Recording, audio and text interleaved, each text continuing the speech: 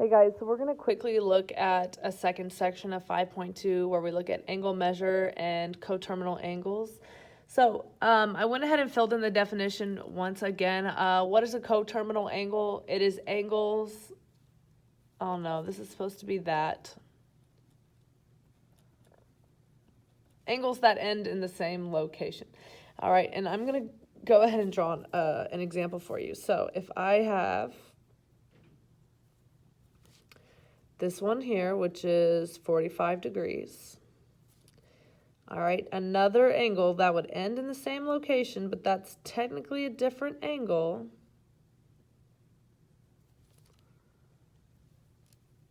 Would be if we were to go this way, negatively. All right, so you're always going to have a positive answer. This is the positive one, 45, because we went counterclockwise. And then to go clockwise, and mind you, all the way around a complete circle is 360 degrees, of course. So we take away that 45. That leaves us with a negative 315 degree turn. All right, just think of it as the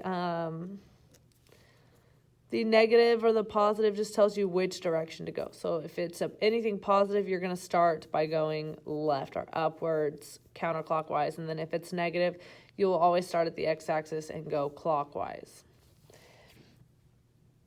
All right, what is a reference angle? So a reference angle is a measure of an angle created by the terminal side in the x-axis. And it must always be acute. So for example, if I have an angle that looks like this one, and this is how it went, my reference angle would be this here, the angle created between the terminal side, right, and then the x-axis. So this is my reference angle here. And again, it must be acute, which means less than 90 degrees. How do you determine measure? Again, clockwise rotations will have a negative measure, and then counterclockwise rotations will have a positive measure. And then again, I've just put that here. So let's say that we're working with a positive 215 degrees and a negative 215 degrees. A negative 215 degrees would get you somewhere this direction. Every quadrant is 90 degrees, 90, 90. And if I were to go all the way to here, it'd be 270, negative 90, negative 90, 180, right? That puts me halfway, and then 215 would be somewhere around here. This will be a negative 215 degrees going this direction. All right, and if this were positive 90, and then so if it were positive 215, it would be somewhere down here, because we would be going this direction. All right, so we're going to find positive and negative coterminal angles for each of the following and determine the reference angle. All right, let's start with 40 degrees. Well, like I said, each of these quadrants is 90 degrees. So 40 would be a little less than halfway, because halfway would be 45 degrees. Bear with me on my terrible drawing here. This would be about 40 degrees. And it is positive, so we did go counterclockwise. All right, to find the coterminal angles, since we're in degrees, we're going to add and subtract 360 degrees. All right, so if we were to add, we would get 400 degrees, and if we were to subtract, we would get negative 320 degrees. Okay, and then we have 400 degrees, positive 400 degrees. So it'd be 90, 180, 270, 360, plus another 40 degrees, which actually puts us in the exact spot as the 40 degrees. So 40 degrees and 400 degrees are the exact same measure here. All right.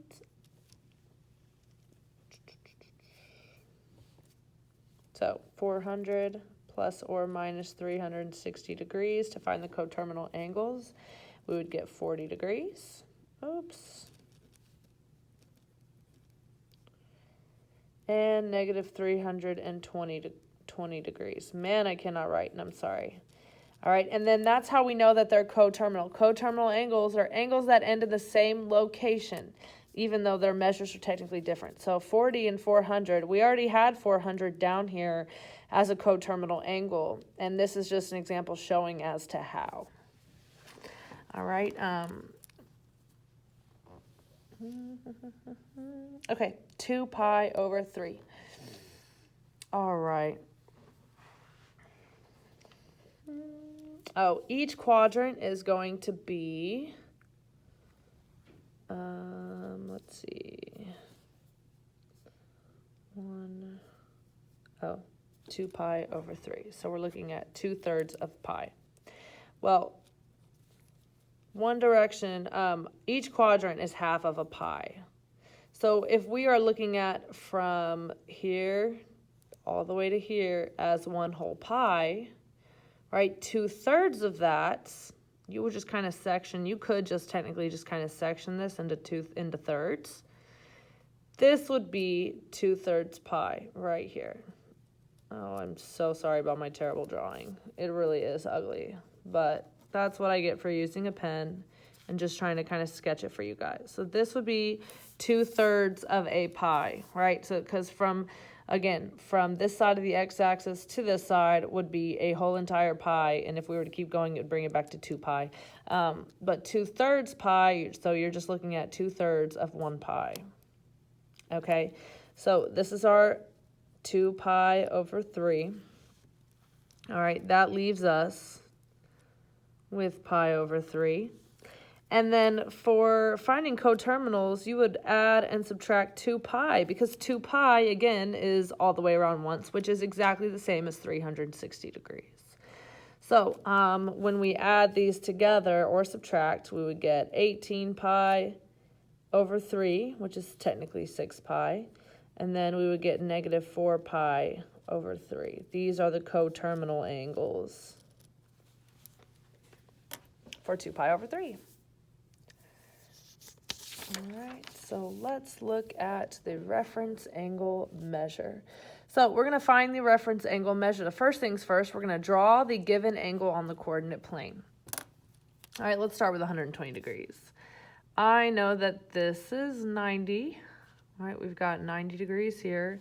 So we'll go a little past, not quite halfway, but we'll probably go about there.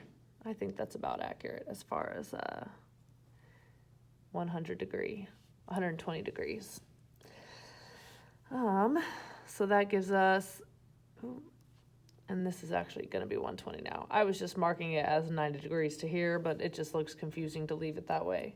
So our reference angle is whatever's left here. And then if this is 180, our reference angle will be 180 minus 120, which is 60 degrees. Okay, let's look at 4 pi over 3. So this is 4/3 pi, which is 1 whole pi, which we know is from one side of the x-axis to the other, that's pi. And then another 1/3 of pi, which is going to be about 1/3 of the bottom half, which is going to be about here.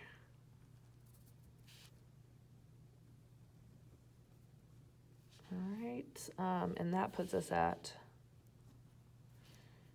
4 pi over 3. Oh, I'm sorry, that's terrible. I'm holding my phone with one hand and writing with the other, so the paper kind of slides around some. So our reference angle is going to be how far are we from the x-axis, and it has to be acute. So we wouldn't be able to go to the right side because that would not create an acute angle. We would have to go just straight up. Our reference angle would just be pi over 3. All right, because we are basically, if it were 3 pi over 3, then we would be right here on this x-axis, but we're 4 pi over 3. So we're 1 pi over 3 away from the x-axis. All right, 290 degrees. Let's see. We have 90, 180, and all the way would be about 270. So we'll just keep going. So it's going to be about 20 degrees past this line. So I'll go about there. I think that's probably about right. Okay, that gives us our 290 degrees. Our reference angle would be this here, making it acute. Since we know that all the way around a full circle would be 360, you would just subtract that 290, giving us a 70-degree reference angle. All right, and that is reference angles.